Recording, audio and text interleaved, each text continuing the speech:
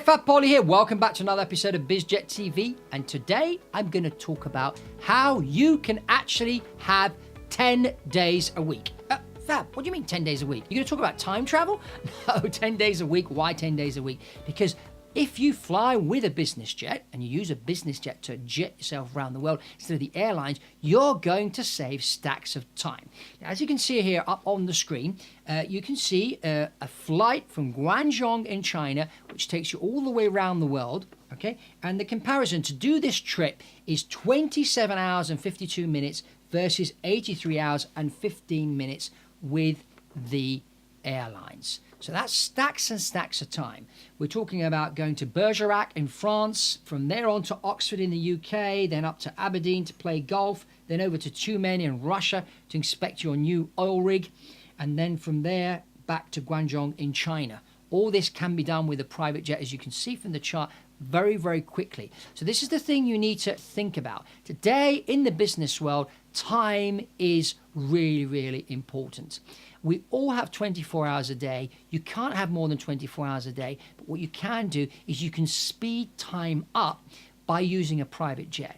Now, obviously, it would depend on what type of business you're in. If you're scaling your business and you're at that level where you can afford to use a private jet, but what you have to look at is not so much the cost of what it's going to cost you to do all these flights, it's the opportunity and the revenue that those opportunities are going to generate. So very often, the use of a private jet or the ownership of a private jet, the benefits in that from a financial standpoint can be measured, I always say, after 12 to 18 months of operation.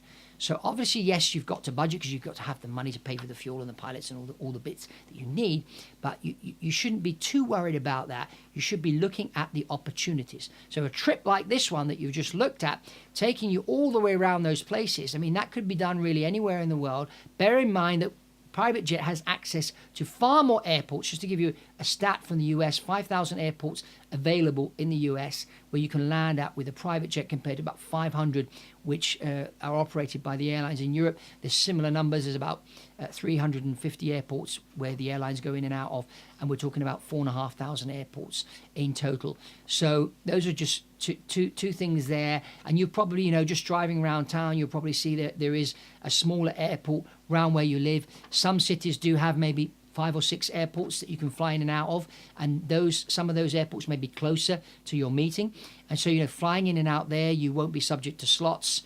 It'll be easy to park. It'll be cheaper to land, and you can have a car drive up to the airplane and then take you to your meeting. And this airport may be like 5 minutes away from your meeting compared to maybe an hour away from, which is would be the travel from the main airport. So these are all things to consider with private jet ownership. And it's basically going to really give you more time, those 10 days a week instead of 7 days a week. And that really is one of the main advantages. So that's all from Fat Polly. If you haven't subscribed to BizJet TV, please subscribe. We're going to be posting a lot more videos soon. And also like this video, share this video. And that's all from Fat Polly at BizJet TV. And I'll see you on the next one.